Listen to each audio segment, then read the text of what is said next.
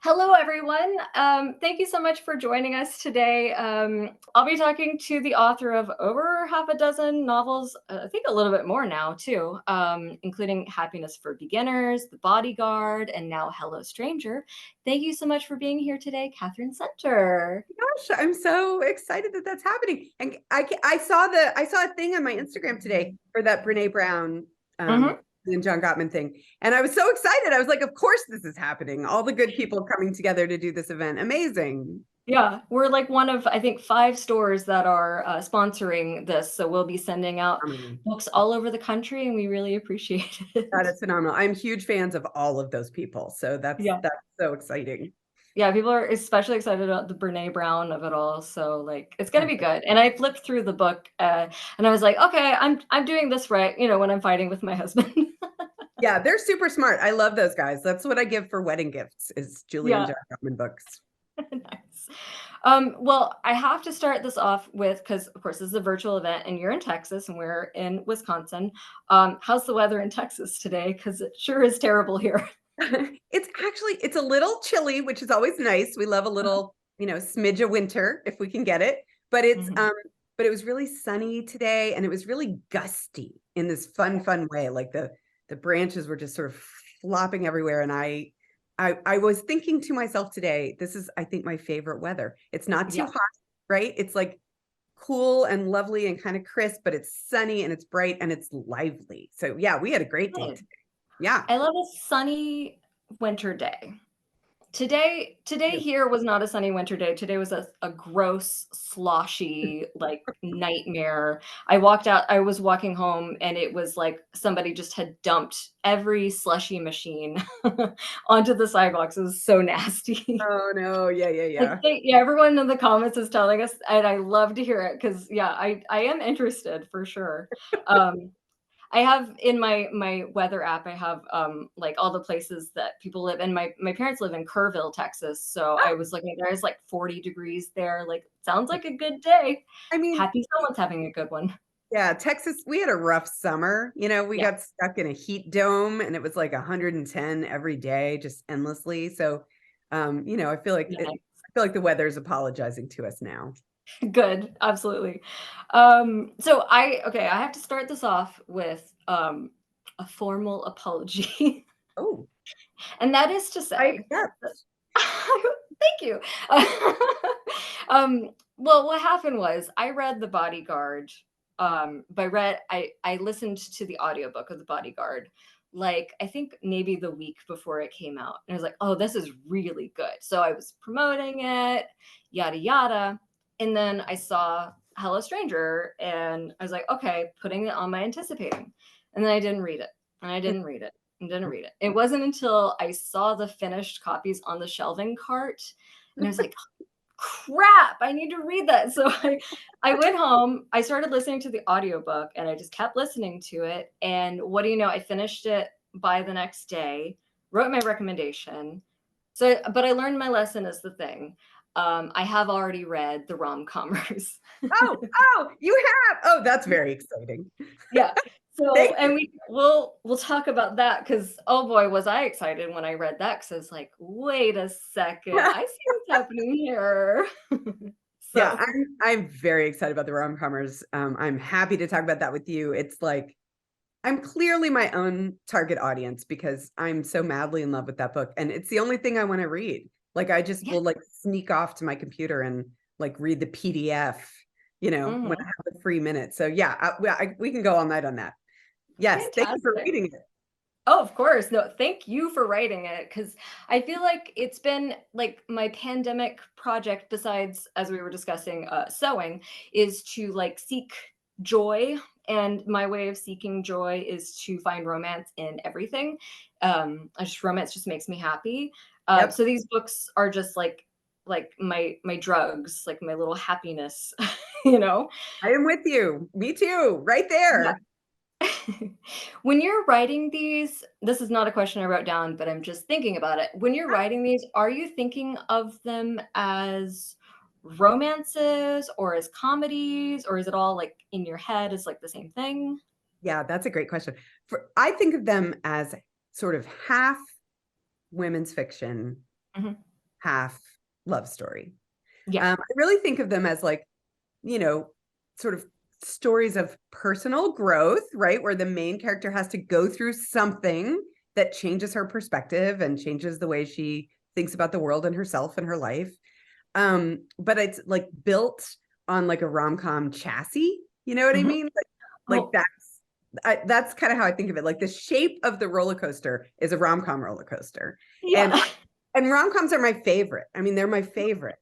And I love a love story. I mean, really, honestly, at this point in my life, if there's not a love story, I'm kind of not up for it. I mean, I'm literally checking, in advance. Even if it's a love Buddy. story, I'll make sure that it ends well. I'm like so careful about it. I'm like, is everybody gonna die? Because if that's what's happening, I'm not gonna do it. Absolutely.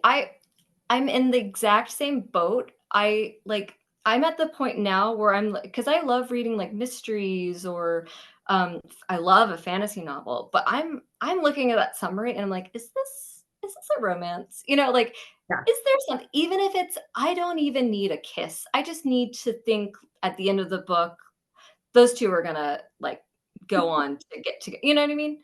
I just need a Yeah. hint. I would like a kiss.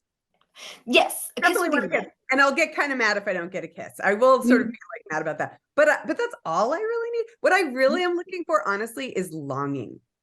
I want longing. I want everybody to long. And then I want them to get the thing that they're longing for, right? I want to get to the end and be satisfied. I don't want to get to the end and be left hanging or frustrated or God forbid, totally depressed because somebody just got run over by a bus. For I'm sure. looking for stories that are uplifting. Mhm.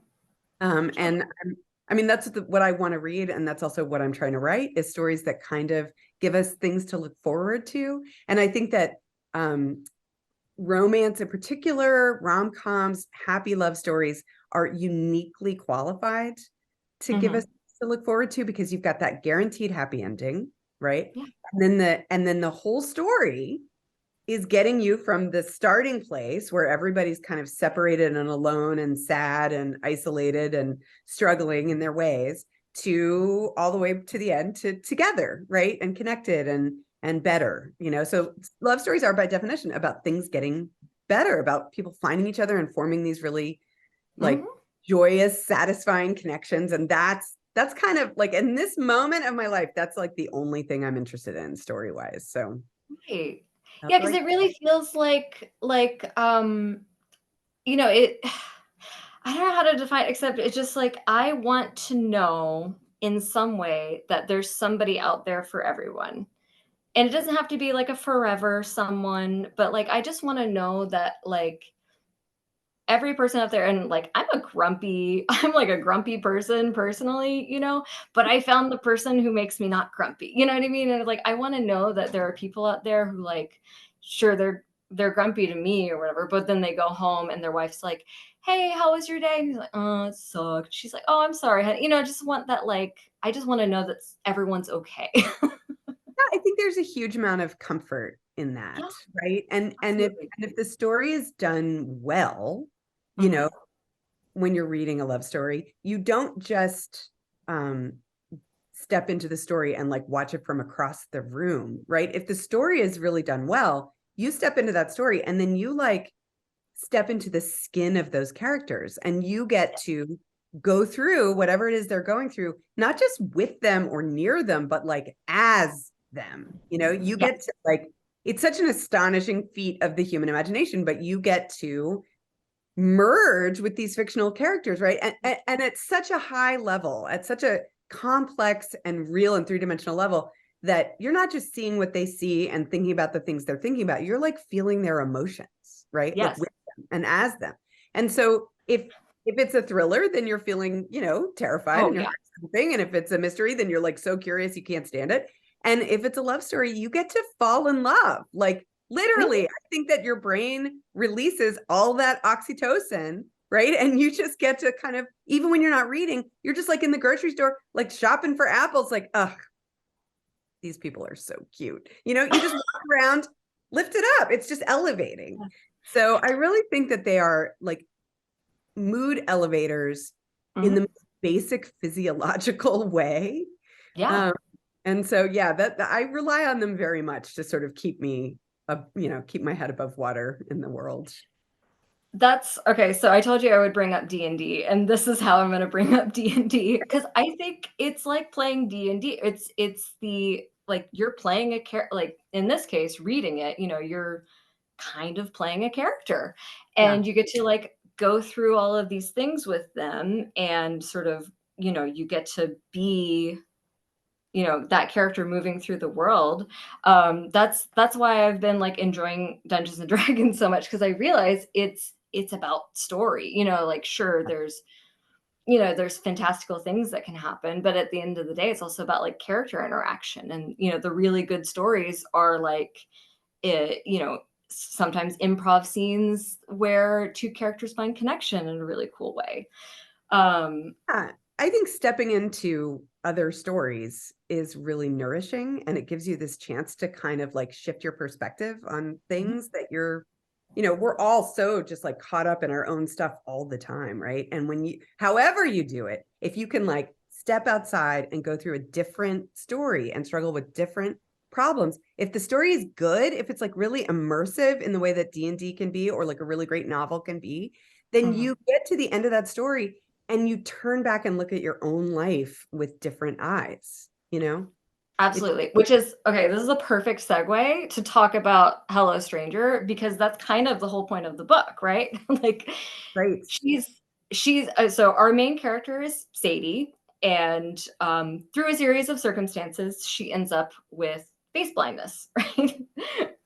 And I don't I don't want to get too far into the book because I don't want to spoil anything. All right. But Fair. like this, I love how this book on a second read has even more to give to us. Thank Like, did you, was that a part of your editing like, did you really have to like change anything about your editing process for this? Because it really feels like you probably had to go back and make sure everything aligned, or I don't know.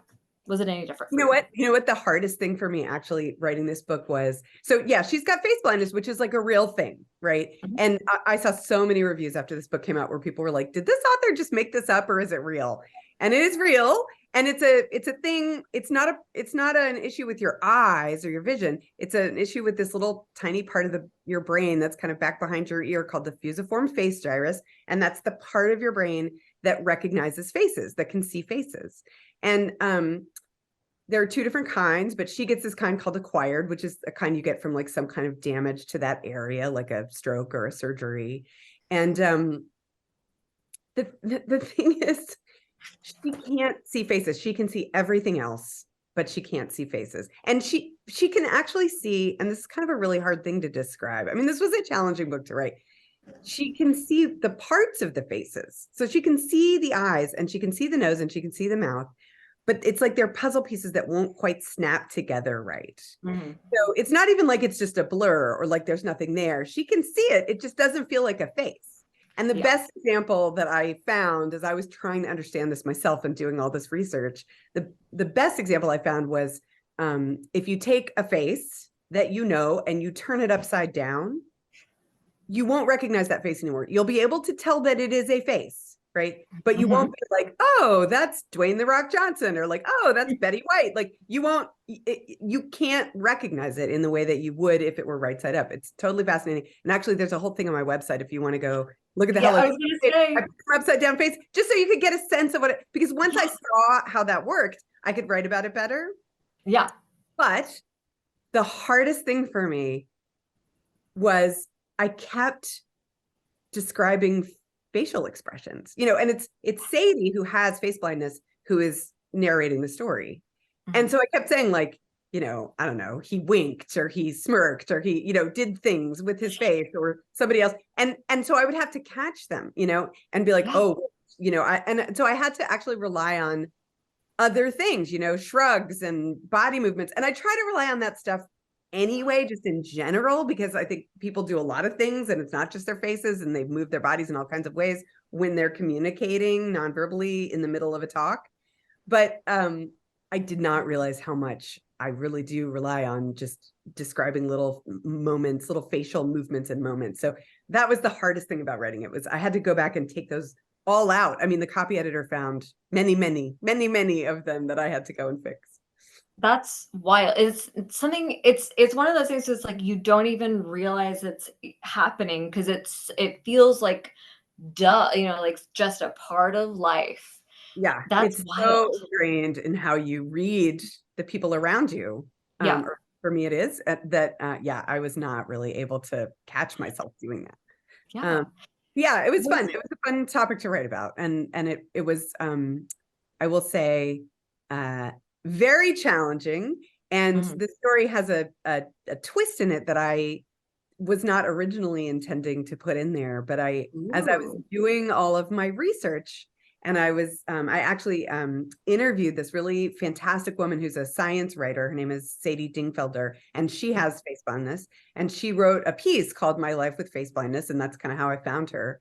Yeah. And she described, well, I don't want to spoil anything either, but Yeah. she describes like the serious confusion that can result from not being able Mhm. to just rely on the face to kind of identify your people.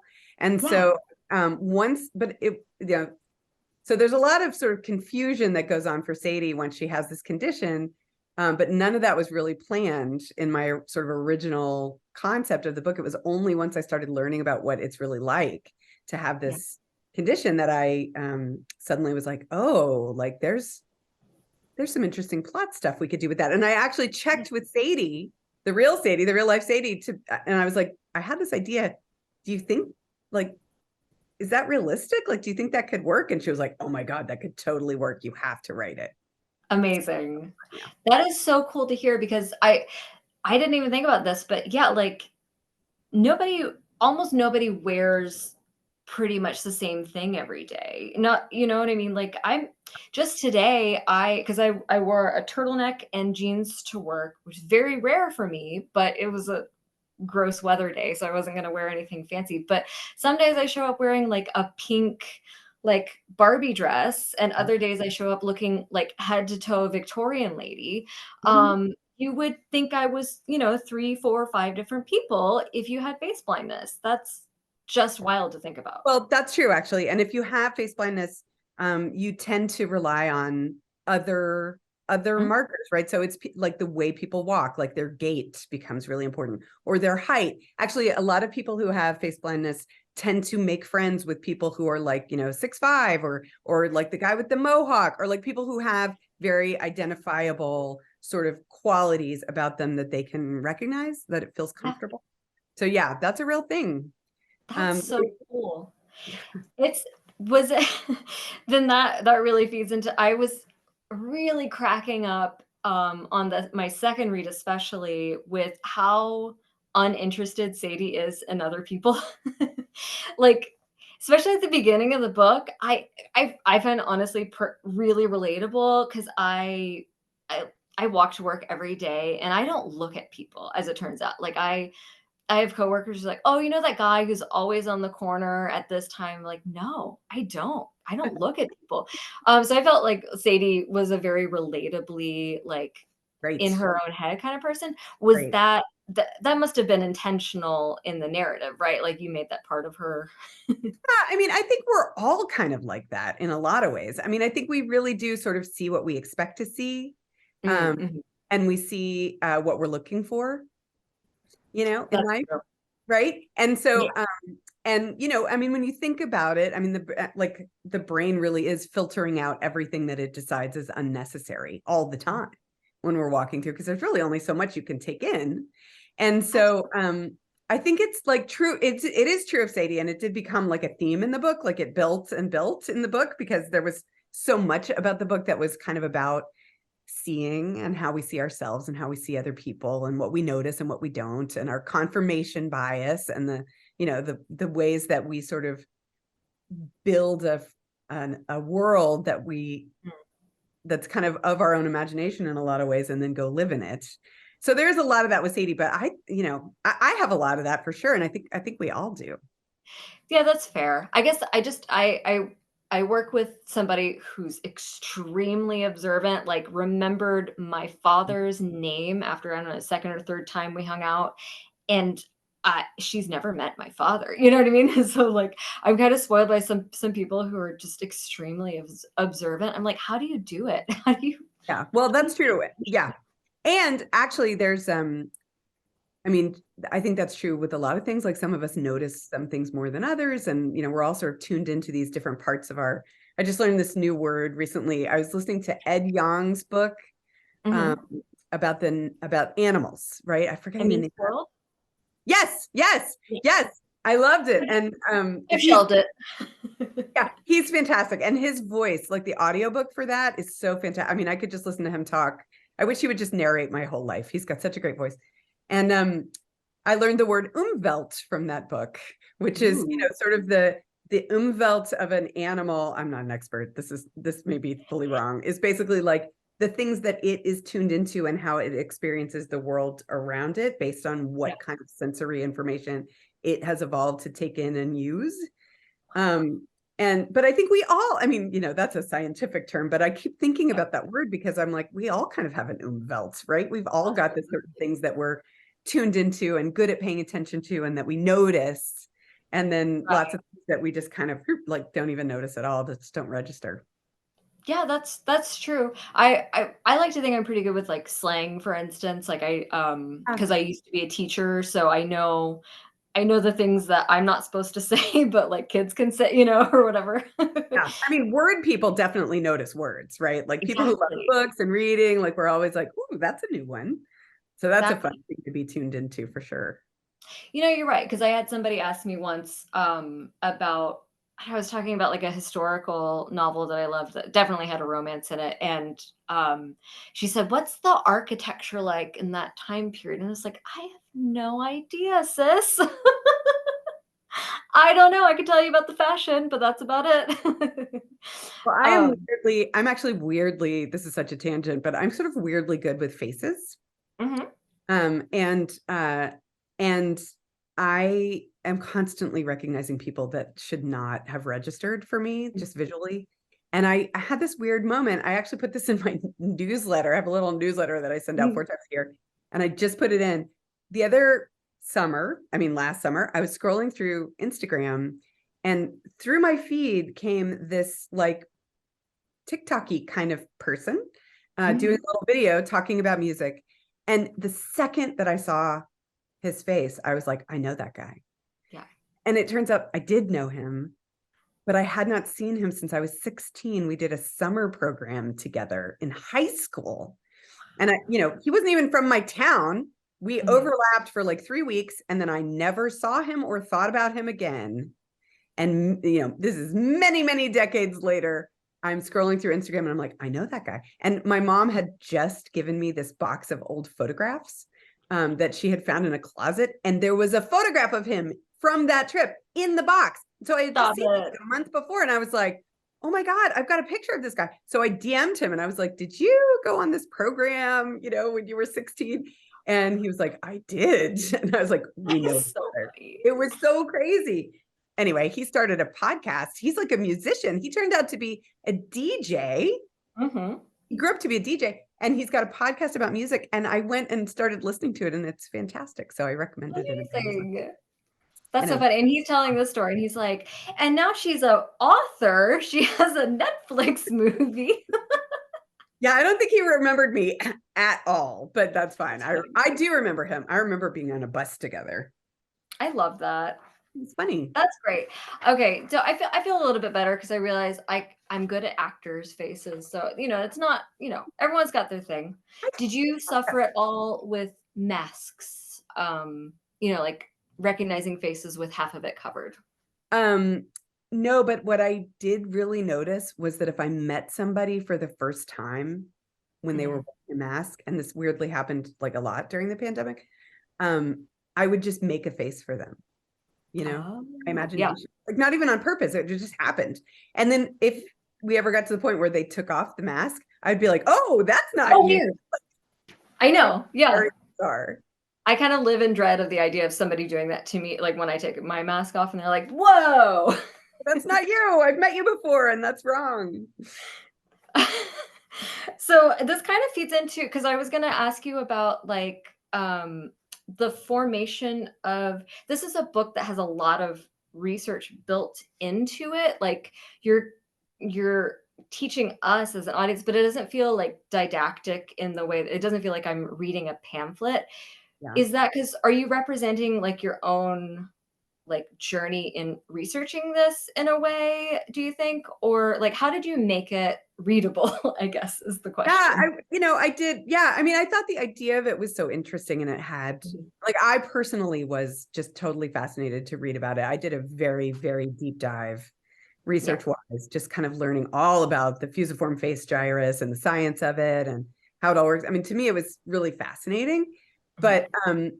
but you do have to be careful. You don't want to like attack people with too much information, and you're always looking for that balance. You need to give them as exactly as much as they need to understand what's happening in the story and no more, Yeah. because and I run into it all the time, with other authors books, where you can tell that they just got excited about something and now they're giving you way too much information. And so I try to be aware of that in my own self, and like just make sure that like what is there, the only stuff that's there is the stuff that needs to be there.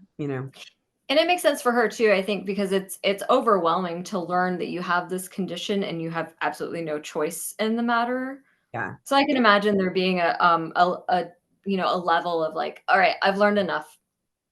For Yeah. now, I'm fine, which is why Yeah. she ends up kind of just sheltering in place for quite a bit of this book. I mean, it's a lot emotionally. There's a moment when she looks in the mirror and realizes that she can't see her own face, you know, Wild. and Yeah. that does really happen to people when they've, had an issue with their fusiform face drive. So, I felt like this is a person who's going through a lot emotionally. Yeah, for sure. Yeah. Oh, I do love this book. The fun thing too was I was building it up in my head as like, all right, I got to reread this book. But then like rereading it was so easy. Oh, Um and especially as an audiobook too, like my compliments to I think her name is Patty Murrin. Addie Murin. Yeah, she's the Yeah. best. Her delivery is really good. Like my favorite I wrote it down because I thought it was so funny. At some point, her friend Sue, I think, says, like, I mean, it might not be good art or, but at least you're making art. And Sadie's just like, is it? And I could see the head tilt and I could see like the eye squint. It's just like, Yeah. is it? She's just, I don't know, it's like a dry delivery that Yeah. just works. So here's something crazy about Patty Murin. So I know her a little bit, Mhm. and so she reads Hello Stranger, and she reads The Bodyguard, and Mhm. she is going to read the rom-commers. Also, they haven't recorded it yet, but yeah, she's going to be the rom-commers person. Good. And so I weirdly met her through Jodi Picoult, and Jodi Picoult, does a lot of theater, and she's written some stuff for theater, and she's kind of very connected to that world. And I think that's how they know each other. But uh, I interviewed Patty for The Bodyguard because Mm. I met her through Jodi, and I was writing The Bodyguard, and I was trying to write about a famous person, and I always try to do a lot of um, research for any job or any situation that a character is going to have. And so I didn't just want to do like a TV version of a famous person when I was writing Jack Stapleton, who's a famous person. I Mhm. was like, oh, I'm going to interview some famous people and find out what it's really like to be famous. But then, of course, I didn't really know all that many famous people, and it became very challenging to like figure out like who am I going to talk to. And so I interviewed Patty. I reached out to her on Twitter, and I was like, this is so random, but are you by any chance interested in talking to me about what it's like to be famous? Because Patty is famous. She starred in Frozen on Broadway. She was the original Anna in Frozen on Broadway. And she's been on TV. She's been in a ton of Hallmark movies. She's adorable. And so anyway, she very kindly agreed to let me talk to her. And so I got like a ton of the stuff that's in the book came from this conversation with Patty, where she explained to me, like, I was like, if you're an actor, like, what is it like to kiss somebody on a set? Or like, what is it like to, like, how do you make yourself cry? Like, how does all that stuff even work? And Mhm. lots of interesting info. And then I was literally typing my acknowledgments for the Bodyguard when I got a DM from Patty saying that she was going to do the audiobook. Mhm. So, it's just crazy. Like Love that. she helped me write it and then she wound up reading it. And the other cool thing is with the Bodyguard, there's a moment when Jack tells Hannah that she's always singing a song and she doesn't remember that she always sings the song. Mhm. And so then and it becomes like a quest for him to like figure out what the song is and like play it for her. And then when he finally does in the story, she remembers the song. And once we knew that Patty Murin was going to read the audiobook, I went back and changed the book to put in the line of the song and have the character sing it out loud because I was like, we've got a Broadway star reading this book. Like, we need to get Patty Murin to sing it, to sing a line for the song. Okay, thanks for bringing that up because I didn't write that down as a question, but I was like, all right, Patty, sing. Like, okay. And I Wow, would I'm have had so her sing the ignorant. whole thing, but you can't do, with songs, you can only do like, I don't know, a certain number of syllables before they start making you pay residuals and stuff. But yeah, we put in as much of the song as we possibly could so that Patty could sing some of it. So if you listen to the audiobook, you're getting a Broadway star singing Dream a Little Dream of Me. It's pretty fun. All right. All right, you convinced me. I'll listen to it a third time. So okay, I'm gonna do a deep dive on YouTube of everything Patty Murin, and then because I'm ignorant, I didn't know. I She's didn't the know. cutest. She's the cutest. And she was doing a show Mm. in St. Louis last summer when I was on book tour and I went to and she came to see me. Like she sang the national anthem at a Cardinals game and then jumped in the car and drove over to my book tour event and showed up on the stage and I gave her a big hug and I just didn't let go. It was very fun. Amazing. She's delightful. She's delightful. But while we're Delightful. talking about audiobooks, I will just quickly also mention that we did just re-record the audiobook for Happiness for Beginners, which is a book of mine that came out in 2015. So it's kind of been around for a while. But we just did a movie of Happiness for Beginners, and the adorable Ellie Kemper starred in the movie. And the Macmillan Audio reached out to her to see if she would be willing to read the book. And she agreed to do it. So there's a new version of Happiness for Beginners with Ellie Kemper reading the audio. And she is also very, very awesome. Like her comic timing, to no one's surprise, is phenomenal.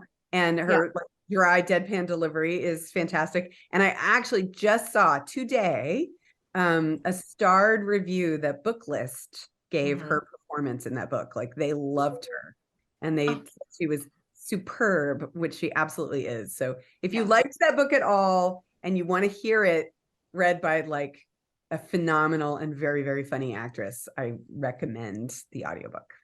Got it. You gotta check that out. Adding it to my list immediately after this. I just like I've only recently gotten into audiobooks, but they're great. And like you can do other things while you're listening and then you still have read a book. Like what could be better? Um all the way. All right. There's so many things that I could talk about, but I have marked on my sheets definitely a spoiler. So we're not going to talk about those. I want to jump in with an iconic line. Okay. I just wrote this down because I thought it was so funny that Sadie at one point gets like, she's so petty that I think Joe quotes like I don't know Shakespeare. She's like, "Really? Now he's ruining Shakespeare?" I don't know. It's so funny to me, especially when former teacher. I know that most people in the real world are like, "I hate Shakespeare." So I wonder, like, is it? I just need to know: does she really love Shakespeare, or is she just being so petty that? I think in that moment she was looking for reasons to be mad at him. You know what I mean? That's what I Like, figured. yeah. But but yes, that is definitely her. She starts off quite biased against poor Joe, and then Little eventually bit. comes to recognize that he is adorable. Yeah. I love how yeah, like Dr. Nicole was a good choice to include in this book, and I got to ask you about her because she's an amazing character. But she really does a lot of great work in, as a medical professional, being like, hey, you need to slow your roll and remember that you're suffering from a condition that you're not used to, and you need to really think about like your interactions with people. Where did Dr. Nicole come from? So yeah, she's kind of like a calm voice of reason in all the Mhm. chaos, right? Like she can kind of give Sadie a little bit of a framework for sort of managing all the crazy stuff that's going on.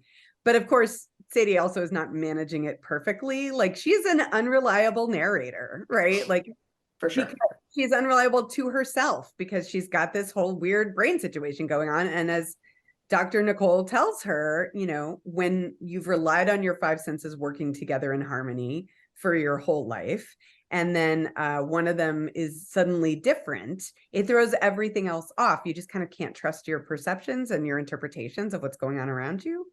So Yeah. Dr. Nicole was really there to try and help her and the rest of us, kind of Mhm. make sense of what was going on. And she's from Trinidad, and I have a very dear friend who is from Trinidad. And so she very kindly helped me kind of figure out this character. I mean, we actually had a really, really fun day. Um, it must have been during the pandemic because it was on Zoom, where even though we live in the same town, we were Zooming with each other. And Right. we spent like hours talking about this character and like, what would she wear and what would she I don't know, what would her clothes look like? What would her outfit be? And Yeah. Karen, it was my friend Karen Walrand, who was taking screenshots and just sending them to me. She's like, this is an outfit that she would wear. This is, Mhm. and she told me all about Trinidad. She got me a book about Trinidad, which I was so grateful for. And she told me all about Trinidadian coconut bread, which I did not even know existed. And she was so heartbroken to think that I had never eaten Trinidadian coconut bread, that she baked some for me and she came over and we ate it together. And actually, I just saw her at Christmas because, well, this is a whole digression, but we had a Yeah. whole where this drunk driver plowed into our parked cars in front of our house right before Christmas. And I have a car, my husband has a car, and then our teenagers share a car that's a Yeah. leftover car from my mother. And this guy totally totaled the teenager's car and my husband's car and smushed them into a 100-year-old oak tree in our neighbor's yard. And Mhm. I posted about it on social media, and Karen was like, I'm baking you some bread right now. Like, don't go anywhere. And the next thing I knew, she showed up and we sat around eating bread and I felt much better. Actually, I was so like, I really thought about it for days and days afterwards, how nice it is when something bad happens to you and people just like show up with Yeah. baked bread, like warm baked bread, and just sit around in your kitchen and Oh, that's yeah. great. You really put all of that love into Dr. Nicole too, because you can really feel it, like the way she just kind of walks in, and Sadie needs a mother figure, of some sort, just somebody who's there and calm and has her shit together. So yeah, you can really feel that. Well, and I am the moment that Sadie first meets Dr. Nicole, it's when they're trying to give her an IV, the nurses, and they can't get it in Yeah. because she's so scared that like all of her blood is like going into her core and her veins are shrinking, and this happens to me. Like this Uh, is a very common thing that happens to me. I'm difficult. If you ever, if you're a phlebotomist, I apologize because it is very hard to start an IV Me in. too. I have And terrible tiny veins in my yes, me hands. too, me too. Yeah. So in that moment, I wanted Sadie to love Dr. Nicole immediately. And I was just thinking, like, in a medical situation, what is the thing that would make me love somebody, in a Mhm. heartbeat? And it's if somebody can help me get an IV started, I'll love them forever. So yeah, Absolutely. so she just walks in and she's so vivacious and chatty and she just totally distracts Sadie. And the next thing she knows, she's got her IV in and everything's okay. Yeah. It really is magic. She's magic. Yeah, she's a great character. I really love her a lot. Yeah. And then there are characters in this that I love every time they show up, even though they're terrible. One of whom is Parker. Yeah. So I was really cracking up reading the second time around, listening to the book, because also my friend Parker, who is also kind of evil, was texting me, and I was just telling them like, "Oh, Parker just did this in the story, and that's like so something you would do." But I appreciate Uh, that, like Parker as a character, like we sort of deal with by the end of it, we kind of understand her better, but you're also not like giving us like a magical ending for that whole storyline. It just exists in the world. she doesn't really have a redemption arc. I mean, I thought about it. She's terrible, right? She's really terrible. Yeah. And I didn't really mean for her to be that terrible, but she just kind of kept doing terrible things. Like I Well, and it myself, feeds into the story, I think, because she's taking advantage of the prosopagnosia of it all, you know. yeah, Um, yeah. In the present day, she's terrible. In the past, she was terrible. And she kind of has her reasons for it, but I'm not sure any of it's justified. And, you know, when you're writing, characters just kind of often just kind of show up however they are. And I tend to want everybody to be nice. yeah, And when a like really mean hearted person walks into the room, I'm always just like a little bit aghast. yeah, But I don't tend like, especially in a first draft, I just kind of let them be whoever they want to be, right? If they're terrible, then they're just terrible. And you can go back later and try to dial it down. But I didn't. And part of the reason was that I liked the challenge that presented to Sadie. Like, here, mhm. this person is messing with you, right? And who are you going to be in the face of that, right? Because I think the world does often put us in situations where Well, things are unfair and bad things are happening, and it's like, who are you going to be in response to that? I think about that all the time, and I decided mhm. to let Sadie kind of rise to the challenge of like just trying to be a good person in the face of it all. Yeah. And I mean, as a retail worker, I more regularly deal with the kind of person who shows up and suddenly you're in a horror movie. But like, this happens. It's like you have no control over people who just kind of show up and suddenly you're like in survival mode. Yeah. Um, And I'm but really like, as a person, I'm really not very good at that. Like, I'm so tenderhearted, and when people are mean to me, I will stew about it for weeks, you know? yeah. I don't shake it off very well. And so it's a particularly like, I think for all of us it's relevant, but for me that's like one of the things that I sort of struggle with is like, what do you do about mean people in the world? Like, how do you let it go, and how do you get past it, and how do you sort of frame it in your own thinking as you kind of try to continue on living your life? So yeah, I let Parker be there because I think she was helping me at least sort of Mhm. wrestle with some of those questions of like, how do you respond to people like that? Do you let them change what you're going to do in that moment? Yeah, it really does test her. It's Yeah. definitely good to keep it in because and then like Lucinda, yeah, Lucinda is another person who tests her, who is testing her in a different way too. So it's a good, yeah, like spectrum of like people who know her, people who don't know her, and how they react to her. It all feeds into the same narrative of like this is all about like perception and how we deal with you know just like social situations in general. I just love this book. Can I just say that? um yeah. Second read, third read, I'll read it again and I'll love it again. um okay, I have to say this because I just think it's funny. I'm from Texas. So Oh, it's well, happy. really funny reading this book because it kind of like weirdly takes me back. I was born in Texas. I lived there until I was 16. Um, and then we lived in Oklahoma. Less great. But so you're in Houston, and I believe both of these books are set in Texas. Both of Yes. these books being The Yes. Bodyguard as well, just because I also reread that. Yeah. Um, is it just because it's familiar to you? Is it something that you just like you really love setting books there? I mean, it's valid. I love that it's set in Texas. Um, well, yeah, so I have 10 books now, Uh-huh. weirdly. And not all of them are set in Texas. I have one set in Happiness for Beginners is in Wyoming on a hiking trip. And Yeah, for a purpose, right? Yeah.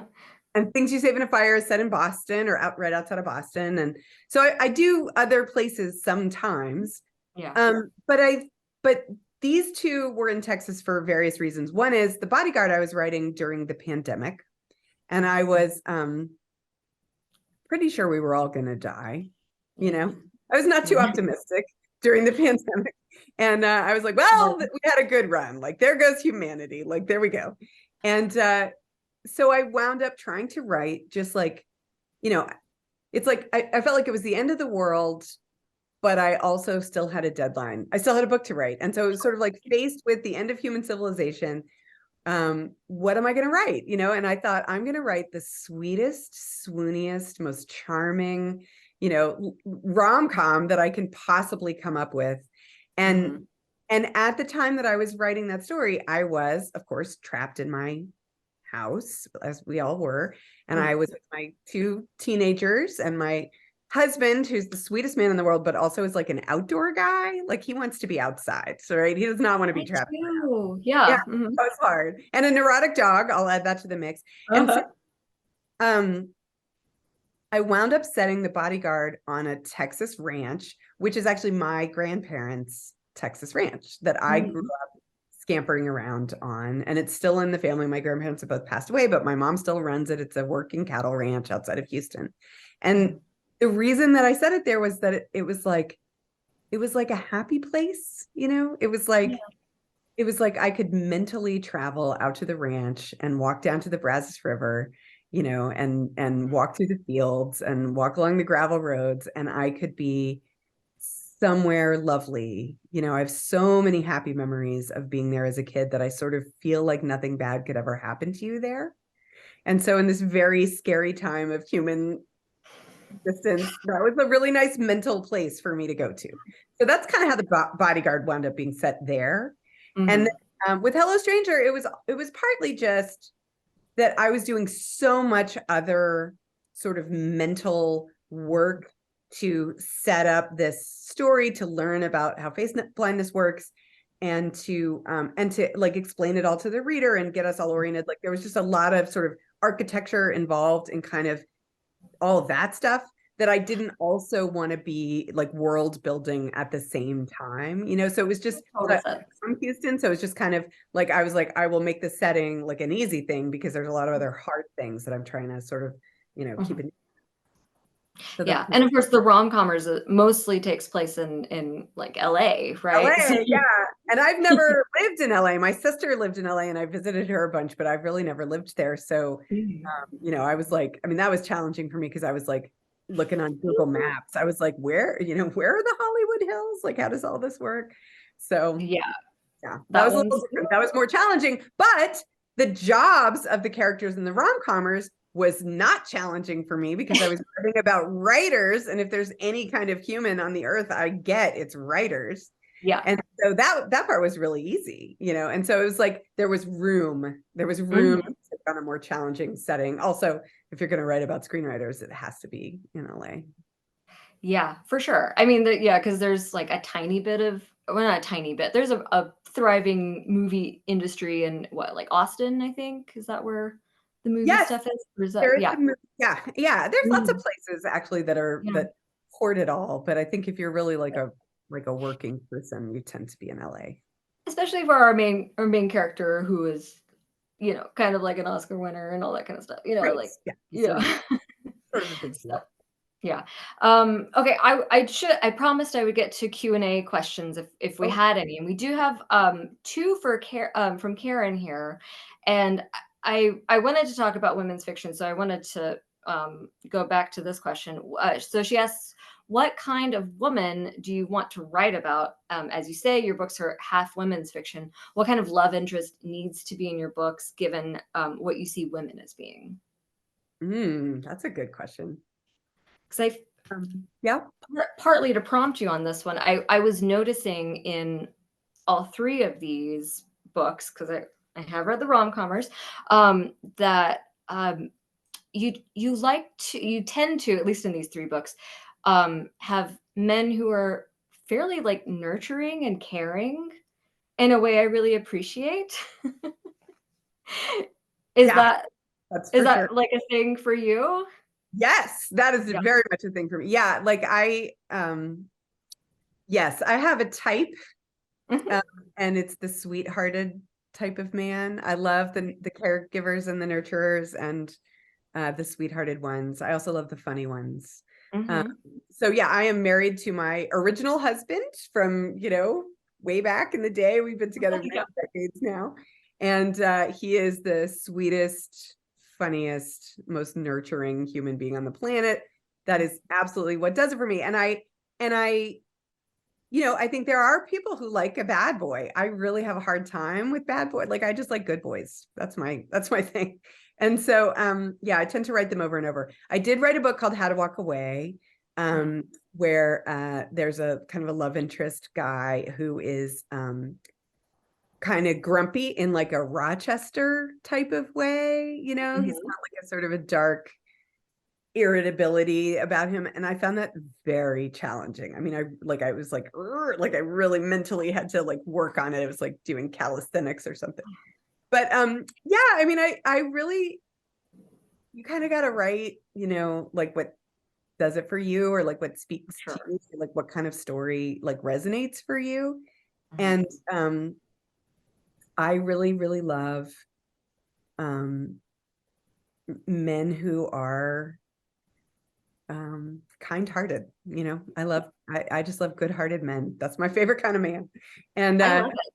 yeah, and I also love Julian John Gottman. And so I think a lot of my relationships that evolve in the stories that I write tend to be ones where people are pretty good at like nurturing each other and looking after each other and appreciating each other and noticing each other's sort of good stuff.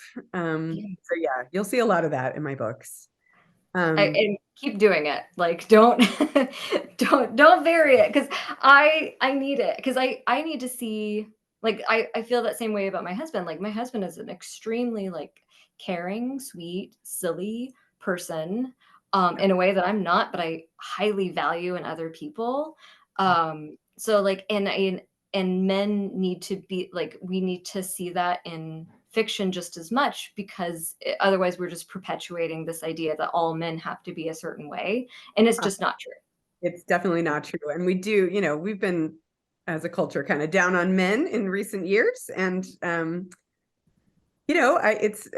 definitely like my house is living proof that there's a lot of goodness going on there. And actually in the rom-commers, I know that book is not out yet, but the main character, love interest guy, Charlie, Mhm. he's got joint custody of a Peruvian long-haired guinea pig named Cuthbert. And Cuthbert. Cuthbert the guinea pig. And that whole sort of little like thread of comedy that sort of runs through that story came because my husband is such a nurturer that Mhm. he will nurture anything. Like the summer during the heat dome, he was outside putting out water for the squirrels. He was worried that the Oh. squirrels didn't have enough water. And so we started, we're just teasing him about it all the time. He's such a nurturer. And we made up an imaginary guinea pig for him named Cuthbert. And now like we just walk around the house. We're like, did you feed Cuthbert today? And Mhm. that's how Cuthbert, the fictional Cuthbert, made it into the story. So That is so cute. Yeah, like, my husband, anytime he sees a baby, he's like, "Give me baby," and I'm like, "Ugh." So, those guys exist, and they're great. We need to protect them at all costs. I also don't want to not answer the question about what kind of women I'm trying to write. I'm trying to write women who are just sort of real and complicated and um, trying to be the best versions of themselves, even if they're not always getting there. And my books are always written first person point of view, and it's the woman who is narrating it. So, and I think that's how it will always be because that's what feels the most comfortable to me. And it's really her story. Though I do try to make sure that other characters all have complexities and idiosyncrasies and arcs and depth and three-dimensionality. But I try to write women who have to be courageous in ways that they never expected. And I do actually really want them to be likable. I want them to be people that we can root for. And, I know there's this whole movement in the world of like, we shouldn't always have to write likable women. That's fine. I support anybody who wants to fight that battle, but that's not the battle that I'm fighting, because you really have to write what you like to read. And I really like to have a heroine or a point of view main character who I can root for, right? Who I can really like care about and like, and even if she's not exactly like me, I want her to be somebody who I can like really care about and get invested in. And so I'm always trying to write those kinds of main characters in my books. I want them to be people that we all, even when they're messing up. I mean, Sadie messes up right and left in this story, but at her core, I want her to be somebody who's lovable, that we can all be kind of rooting for to become the best version of herself. And I think it's kind of a nice outlook on life in general, because I mean, I can't really think of anyone in the world that I've interacted with that I'm like, oh, absolutely not. Like, go, just get out of here. You don't deserve anything good. Everyone deserves that like growth and whatnot. So it's nice to see it represented in, to see it optimistically represented too in stories. Because I think it's valid in real life. Yeah. Ooh, so I have one. I'm going to do both of these questions because I love them both. First of all, let's just say Pat, because Pat wanted to know if you did your painting in the back, and yes, I did. I made it. It's just like one of those little like boards that you get at like the drugstore for like your kids when they're doing a science project and they need a trifold board. It's two of those on top of each other, duct taped together. And I made it in 2020 when I was supposed to go on book tour, but everything got canceled for the pandemic. And I knew I was going to be doing lots of Zooms. And I just wanted to make it feel sort of, festive and lovely and special. And I thought I was only going to use it for the book tour, but then I wound up liking it so much that I've hung on to it, and I pretty much use it for everything now whenever I'm doing any kind of Zoom. It's kind of your signature like look on your covers now too. A lot of flowers. So Yeah, a lot of flowers. I'm lucky because I'm not really an artist. There's not too much else I know how to paint, but I've gotten pretty good at flowers over the years. Flowers are pretty easy, yeah. Okay, and then one more, because I'm also kind of curious. What was your favorite scene to write in The Bodyguard? There's a lot of really fun stuff in The Bodyguard. God, that's so hard to choose. I loved writing The Bodyguard. I mean, The Bodyguard really was how I just made my own sunshine, in some very dark human times. And I will mention that the rom-comers, which comes out this summer, is connected. It's a connected story to The Bodyguard. So Jack Stapleton in The Bodyguard is a famous actor, and Charlie Yates in the rom-comers is the screenwriter who wrote the movie that made him famous. So it's just little tiny connection. But Jack Stapleton has a cameo, or actually two, in well, there's so many great moments for me, because like that's really right. That's all you can do as a writer, is just like write what you would love to read.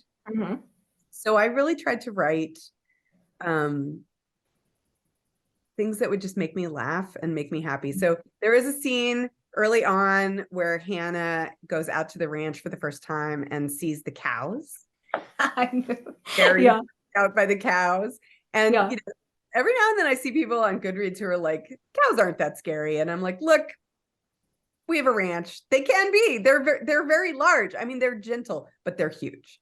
And also they can get mad at you if it's if they have calves, if they're mama cows, if you get in between them and their calves, they can come galumphing towards you. And it's really a cow running at you full speed is quite terrifying.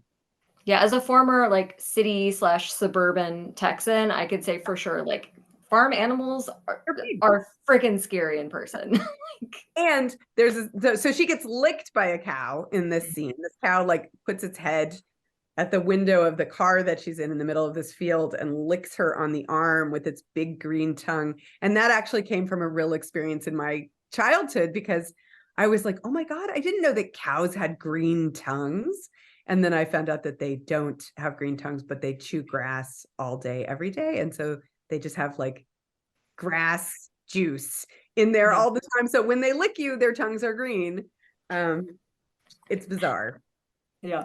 I They love love that. their green smoothies. And there's a scene where they're down by the river and she almost falls in. I kind of really love that scene. I love the scene in The Bodyguard where he's making fun of her nightgown and telling her she looks like a Victorian child.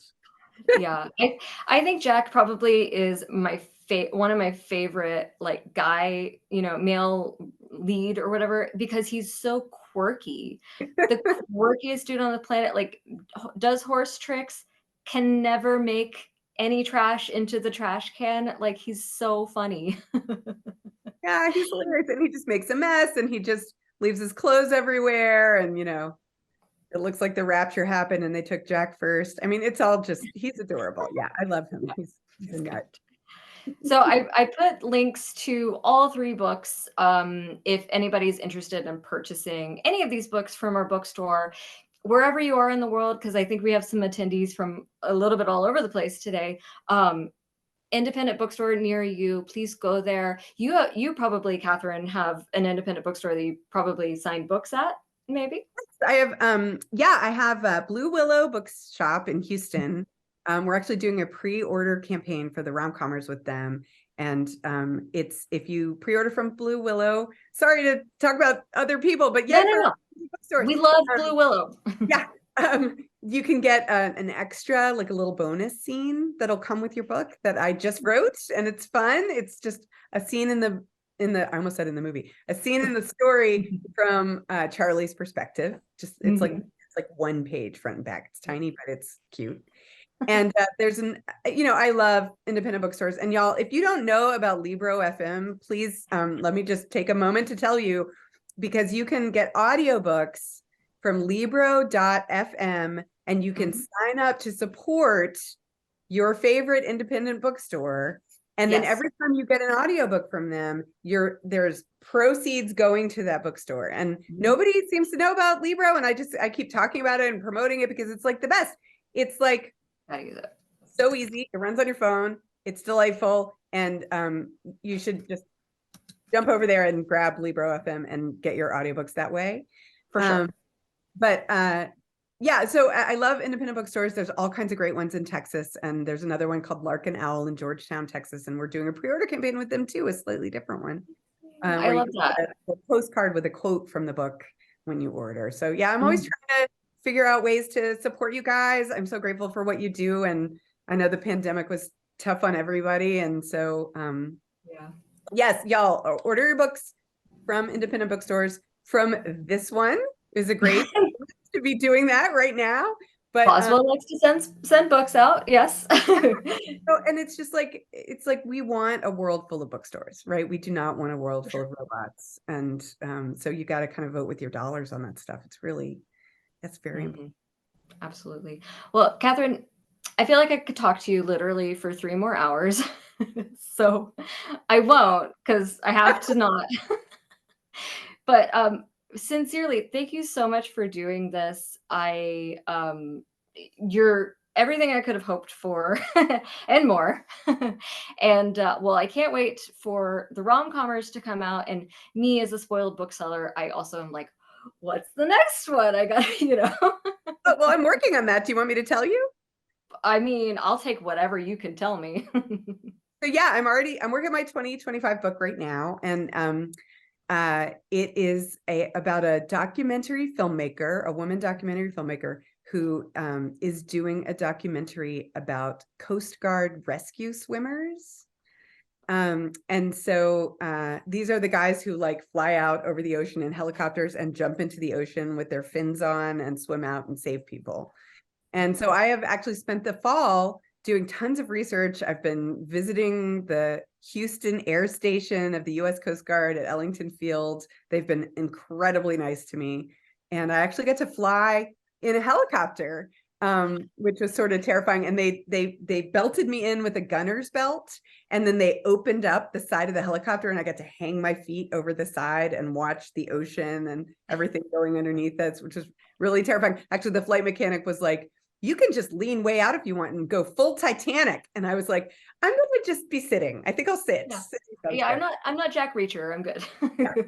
But that was very thrilling. And so yeah, I'm just starting to write it.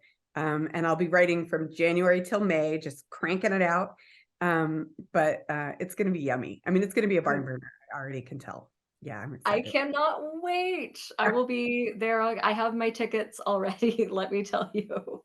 Well, thank you so much for telling me about that. I feel like we're very privileged, and everyone who joined us, as usual, thank you to everyone who attends these virtual events. We love seeing you.